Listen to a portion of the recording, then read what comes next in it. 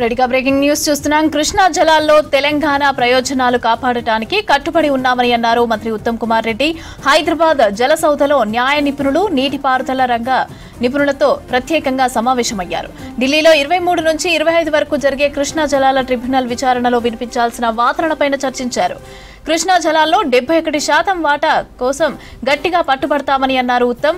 65% నీళ్లు కేటాయించాలని ఇప్పటికే కేడబ్ల్యూడీటీకి కోరామన్నారు. సమైక్యాంధ్రలో తెలంగాణకి జరిగిన అన్యాయాన్ని వివరించామని చెప్పారు. ఏపీ సర్కార్ అనధికారికంగా చేపట్టిన ప్రాజెక్టుల గురించి చెప్పామని అన్నారు. కృష్ణా జలాలను సాగుతో పాటు పరిశ్రమలకు వినియోగించుకుంటామని అన్నారు. కృష్ణా జలాల్లో తెలంగాణకి చెందాల్సిన వాటాలో ఒక్క చుక్క నీరు వదులుకునే ప్రసక్తే లేదని అన్నారు ఉత్తమ్. 811 టీఎంసీల్లో రాష్ట్రానికి 71% కేటాయింపులు ఉండాలని డిమాండ్ చేస్తున్నామని చెప్పారు. పెరుగుతున్న అవసరాలకి తగ్గట్టు నీటి కేటాయింపులు ఉండాలని, అందుకు అవసరమైన సమాచారాన్ని ట్రిబ్యునల్కు ఇచ్చామని చెప్పారు. జూన్, జూలై నెలల్లో 80 టీఎంసీలను అందుబాటులో ఉంచాలని కృష్ణా ట్రిబ్యునల్ను కోరుతామని అన్నారు ఉత్తమ్. ఆపరేషన్ ప్రోటోకాల్ నిబంధనల ప్రకారం మిగిలిన నీటిని వినియోగించుకునే స్వేచ్ఛ తెలంగాణకు ఉండేలాగా వాదనలు వినిపిస్తామని చెప్పారు. ఐఎస్ఆర్ డబ్ల్యూడి చట్టంతో పాటు పునర్వ్యవస్థీకరణ చట్టంలోని 11వ షెడ్యూల్లోని న్యాయపరమైన అంశాలను కృష్ణా ట్రిబ్యునల్ దృష్టికి తీసుకెళ్తామని అన్నారు ఉత్తమ్.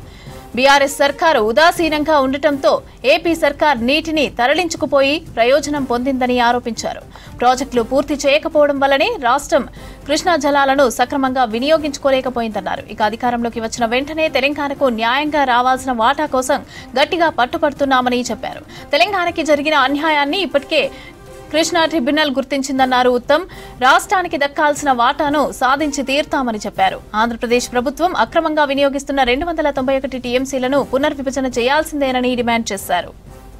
తెలంగాణ ప్రాజెక్టులను ఏపీ సర్కార్ సుప్రీంకోర్టు, జాతీయ హరిత ట్రిబ్యునల్, నదుల నిర్వహణ బోర్డుల ముందు అడ్డుకోవడంతో పనులు ఆలస్యం అవుతున్నాయని అన్నారు ఉత్తమ్.